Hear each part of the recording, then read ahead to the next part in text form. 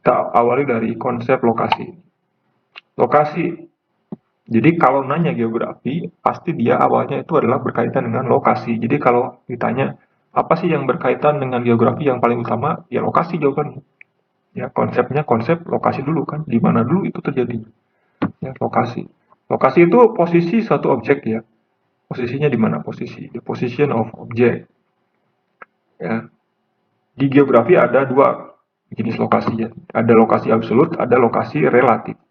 Lokasi absolut itu lokasi yang didasarkan atas posisi astronomis atau alamat pos yang sudah pasti gitu. Matematika ini atau identitas yang real ya, bisa diukur. Kalau lokasi relatif, lokasi yang didasarkan atas posisi lingkungan sekitarnya. Ya, jadi relatif namanya. Gimana cara bedakannya? Nah, seringkali kita kan kalau di soal gitu ya, berikanlah contoh konsep lokasi absolut ya, atau berikan kalimat yang menyatakan konsep lokasi absolut sama aja gitu. Jadi artinya kamu harus bisa membuat kalimat yang menyatakan konsep lokasi absolut atau relatif, tapi harus relevan, harus nyambung gitu ya. Ini contohnya nih. Contoh lokasi absolut, ini gambarnya sebelah kanan. Ini contoh kalimatnya nih. Secara astronomis, Indonesia terletak pada 6 derajat lintang utara sampai 11 derajat lintang selatan dan antara 95 bujur timur sampai 141 bujur timur. Ini sudah kalimat yang menyatakan konsep lokasi absolut. Kuncinya di sini ada angka astronomis. Ya. Ini kan kita ada di ini ya, 6 LU sampai 11, mana? 11 LS di bawah ya. Ya, Tropic of Cancer, Tropic of Capricorn kan di bawah ya. Itu di tengah-tengah. Dan bujur barat, bujur timur ya, 95 bujur timur, 141 bujur timur. Ini posisi astronomis, koordinat sudah pasti. Sama dengan alamat pos. Jadi, kalau diminta menyatakan, berikan contoh atau berikanlah kalimat yang menyatakan konsep lokasi absolut ini udah benar. Bolehkah diganti dengan negara lain? Boleh, asal tahu misalkan secara astronomis Jepang ada di mana. Tapi harus benar, jangan ngasal ya. Usahakan berbicara fakta gitu. Tapi ini sudah menyatakan konsep lokasi absolut. Ini dampaknya ini bila ditambahkan boleh ya. Dampaknya kita iklimnya tropis ya, punya dua musim kemarau penghujan itu boleh. Tapi yang paling eh, apa utama ini ya utamanya nih ini ada angka astronomis. Kalau tadi alamat pos boleh, rumah saya ada di Jalan Kembang nomor sekian, RT sekian, RW sekian, kelurahan apa, sama aja. Itu lokasi absolut ya. Kemudian lokasi ini ya tadi absolut juga sama ya, alamat gitu kan. Ini alamat. Kemudian lokasi relatif ini posisi geografi. Ya, relatif.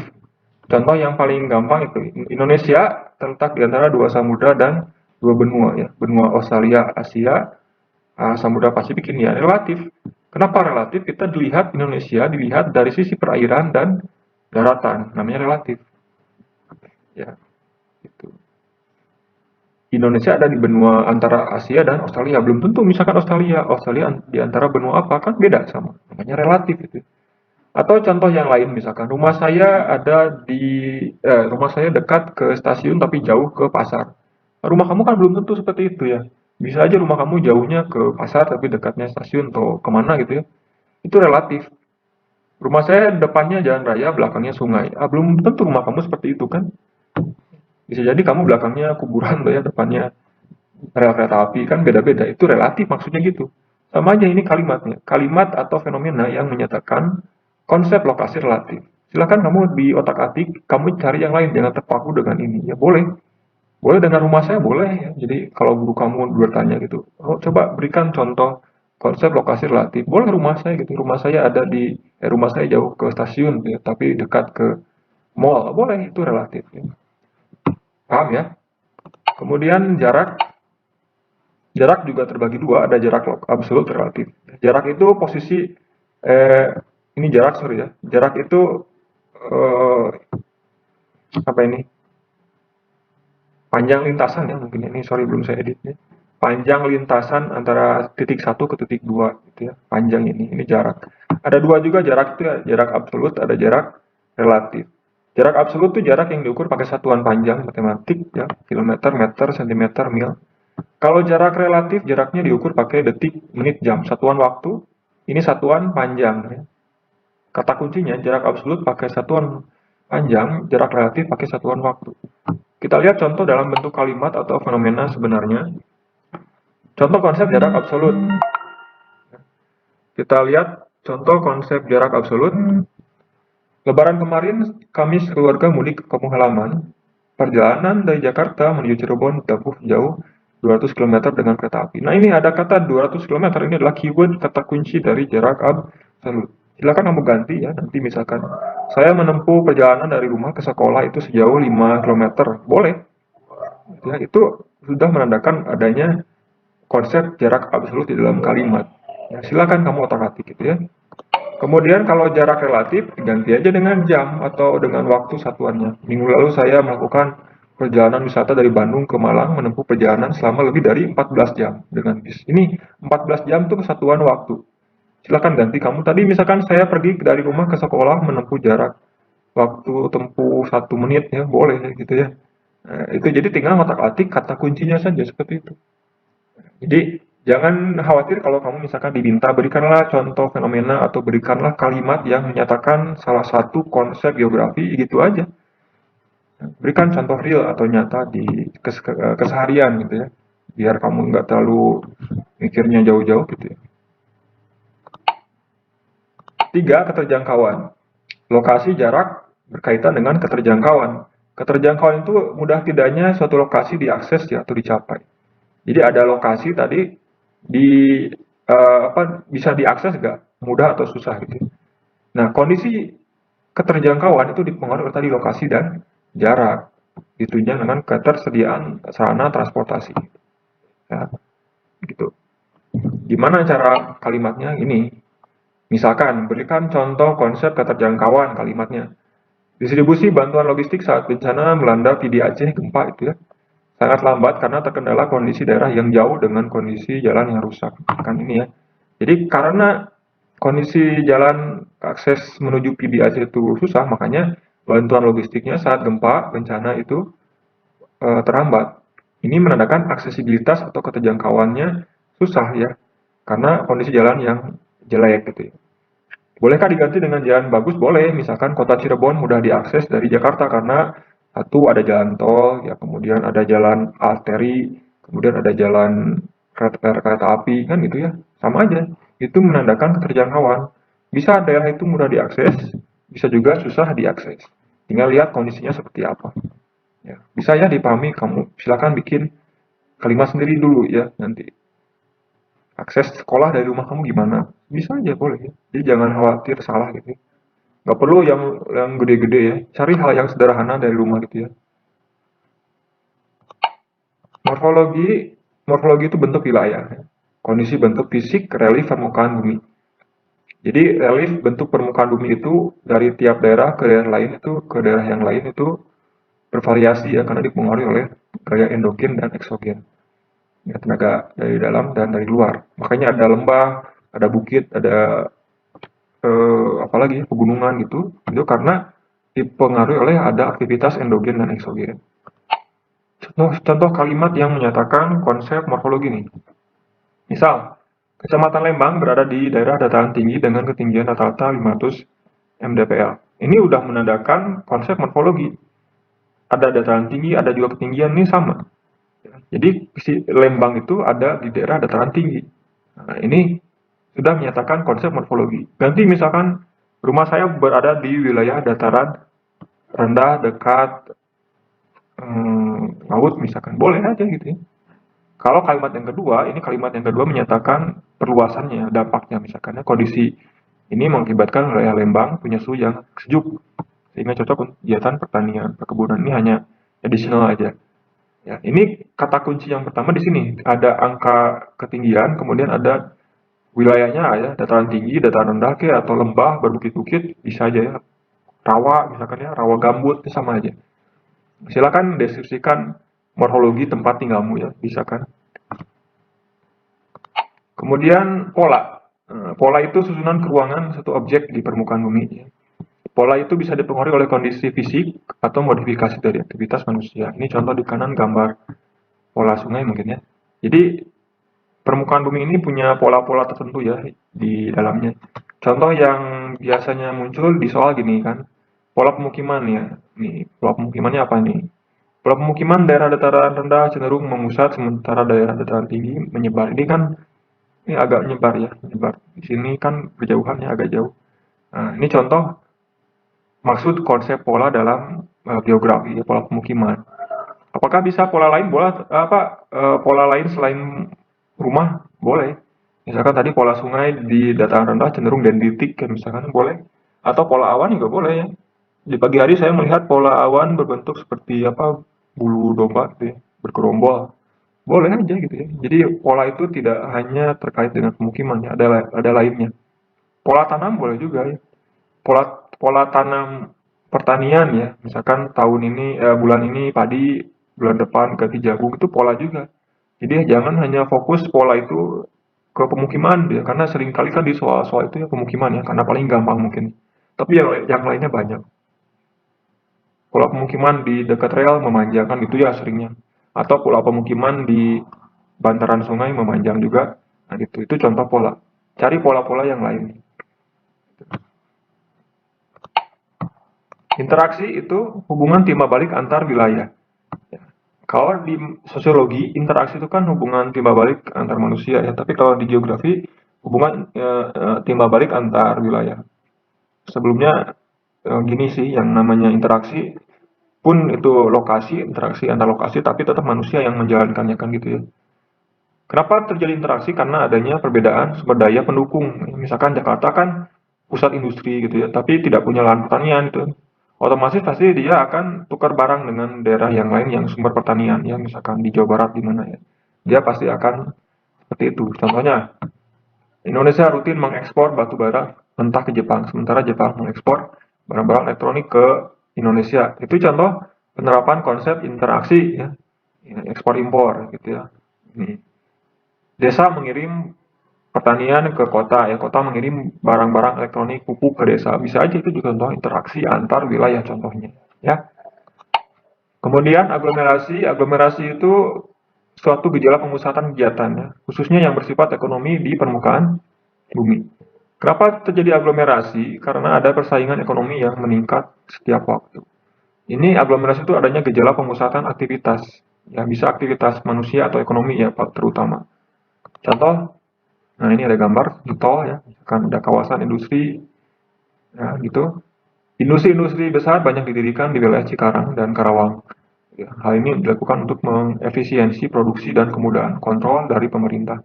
Jadi di Karawang ada satu daerah yang dikhususkan untuk kegiatan industri ya. Ada industri macam-macam di sana. Itu namanya aglomerasi, pemusatan kegiatan. Kenapa satu pabrik dipusatkan? Supaya efisien pengontrolannya, kemudian ada eh, distribusi barang ya, kemudian efisien gitu ya, dan lain-lain. Itu aglomerasi. Kemudian nilai guna satu wilayah ini maksudnya. Setiap lokasi atau tempat di permukaan bumi punya manfaat masing-masing. Jadi nilai guna satu lokasi itu bisa ditingkatkan atau dimodifikasi ya oleh manusia. Contoh ini kan Bali ya, Bali terkenal dengan wisata budaya sehingga menarik minat wisatawan mancanegara kan gitu. Ya. Atau ini misalkan Tebing Breksi. Tebing Breksi di Yogyakarta kini menjadi lokasi wisata baru. Dahulu lokasi ini bekas tambang, breksi kemudian tidak digunakan dan dimodifikasi menjadi objek wisata. Jadi nilai guna tebing breksi ini sebagai tempat wisata. Contoh yang lain misalkan nilai guna gunung api. Ya, gunung api memiliki nilai fungsi sebagai penangkap hujan, boleh ya, sebagai tempat penelitian, boleh, gitu ya. Nah, jadi macam-macam. Jadi jangan hanya terbatas nilai guna satu lokasi banyak ya, nilai guna rawa, nilai guna danau banyak gitu ya. Kemudian perbedaan wilayah, setiap wilayah di permukaan bumi bervariasi dari sisi fisik maupun sosial budaya. Ya, ada wilayah yang punya kesamaan, ada yang berbeda. Jadi perbedaan wilayah itu diferensiasi area, intinya kamu harus membedakan antara dua wilayah. Ini wilayah A, B, C ya. Jadi dalam kalimatnya berikan contoh perbedaannya gitu. Contoh nih ya, ini kota ini desa. Wilayah pedesaan memiliki kondisi alam yang masih asri dan banyak pertanian, sementara wilayah perkotaan sangat padat dan didominasi oleh pemukiman. Ini perbedaan. Jadi ada dua hal dibedakan. Ya, jadi kamu contohkanlah adanya perbedaan 2 wilayah minimal. Jangan satu wilayah. Jadi kalau ditanya gitu ya, berikan contoh atau fenomena yang berkaitan dengan konsep perbedaan wilayah, kamu berikan 2 contoh wilayah. Misalkan apa bedanya kota Bandung dengan kota Yogyakarta? Silakan bedakan itu ya. Apa bedanya Indonesia dengan Malaysia? Boleh spesifik gitu ya. Berikanlah kalimatnya. Malaysia terkenal dengan apa? Indonesia terkenal dengan apa? Boleh. Ya. Berikan bedanya bioma gurun dengan bioma hutan tropis, boleh gitu. Silakan dicari ya perbedaannya. Yang terakhir, asosiasi keterkaitan antar ruang ya. Jadi asosiasi itu keterkaitan antar elemen-elemen pembentuk ruang. Jadi di dalam satu lokasi dia pasti punya keterkaitan ya antara satu elemen dengan elemen yang lain ya. Biasanya dipengaruhi oleh kondisi fisik. Contoh nih, Kabupaten Wonosobo memiliki relief dataran tinggi sehingga kondisi tanahnya subur. Hal ini mengakibatkan banyak masyarakat yang bermata pencaharian sebagai petani sayuran. Jadi ada korelasi, ada asosiasi keterkaitan ada kehidupan masyarakat di Dieng, ya di Wonosobo Dieng ya dengan kondisi fisiknya. Jadi logis kan, karena daerahnya dataran tinggi, sejuk, maka pasti manusia, penduduknya, masyarakatnya, dia akan melakukan kegiatan yang berkaitan dengan kondisi lahan yang seperti ini, petani kentang, sayuran ya. Kan nggak mungkin misalkan ini daerah seperti ini, misalkan kalimatnya diganti jadi mengakibatkan masyarakatnya jadi nelayan, kan nggak make sense ya, nggak nyambung. Kecuali ganti tadi misalkan yang di daerah yang nelayan gitu. Kota Cirebon ada di daerah pinggir pantai sehingga masyarakatnya banyak yang berprofesi sebagai nelayan. Itu make sense, boleh itu asosiasi nyambung. Ya, jadi cari hal-hal yang nyambung yang terkait dari satu wilayah ya antara kehidupan masyarakat dengan alamnya boleh gitu ya. Antara satu kejadian alam dengan kejadian alam lain boleh juga. Misalkan Indonesia ada di zona Ring of Fire Pasifik sehingga banyak gunung api aktif. Itu contoh asosiasi kehadiran gunung api di Indonesia dengan kondisi geologi Indonesia gitu ya. Boleh juga itu asosiasi sama ya. Cuman aspek fisik dengan aspek fisik. Kalau ini aspek fisik wilayah dengan kondisi manusia sosialnya. Boleh ya. Jadi nggak harus antara manusia dengan alam ya. Jadi fisik dengan fisik ya boleh tadi. Ya. Jadi kaitan antara zona ring of fire dengan gunung api di Indonesia. Baik, itu contoh tadi ya. 10 konsep geografi. Silakan diulang-ulang lagi aja ya. Jadi contoh yang penting contoh di lapangannya ya, contoh fenomenanya tadi. Jadi buatlah kalimat-kalimat yang menyatakan konsep-konsep ini. Ya. Kan kebanyakan gitu di soal itu ya, ada pernyataan, kemudian kamu nanti diminta untuk menyimpulkan konsepnya seperti apa. Kalau kamu rajin berlatih pasti akan bisa gitu ya. Contoh latihannya misalkan ini ya. Nah, Kota Bandung terkenal dengan kota fashion karena banyak factory outlet, sementara Kota Bogor terkenal dengan kota hujan karena curah hujan tinggi. Konsep apakah ini? Lihat kata kuncinya apa? Ini ada perbandingan dua wilayah. Pasti jawabannya perbedaan wilayah. Kan gitu ya. Mana lokasi, perbedaan wilayah, asosiasi, pola, morfologi. Kan ini ada dua wilayah dibedain ya. Yang kedua, pemukiman suku Dayak, suku Anak Dalam berlokasi di daerah Taman Nasional Bukit 12. Daerah tersebut jauh di pedalaman hutan yang minim akses. Konsep apakah ini? Kata kuncinya mana? Kata kuncinya adalah minim akses kan ini ya. Daerah pemukiman suku Anak Dalam itu minim akses. Wah, jauh sekali berarti ya. Pasti jawabannya adalah keterjang. Ya. Nomor 3, wilayah Gunung Kidul saat ini menjadi situs geopark dunia sehingga banyak dikunjungi untuk kegiatan penelitian dan wisata. Konsep geografinya apa? Jadi wilayah Gunung Kidul ternyata banyak dikunjungi ya oleh wisatawan untuk kegiatan penelitian karena jadi geopark. Ini adalah nilai guna. Ya. Rumah saya dekat ke stasiun tapi jauh ke pusat perbelanjaan. Ini udah tadi apa? Jarak relatif ya. Nomor 5, Pak Otong menempuh perjalanan dari Bogor ke Cianjur menggunakan sepeda selama 7 jam. Konsepnya apa? Konsep geografinya ini 7 jam nih. Ini keywordnya ya. Pasti jarak relatif. Ya. Oke, jadi itu dulu ya pembahasan konsep geografi. Ya, 10 konsep geografi. Silakan diulang-ulang lagi. Jangan lupa banyak baca, banyak latihan menulis ya, menulis contoh-contohnya dan membuat soal ya. Sekali-kali buat soal.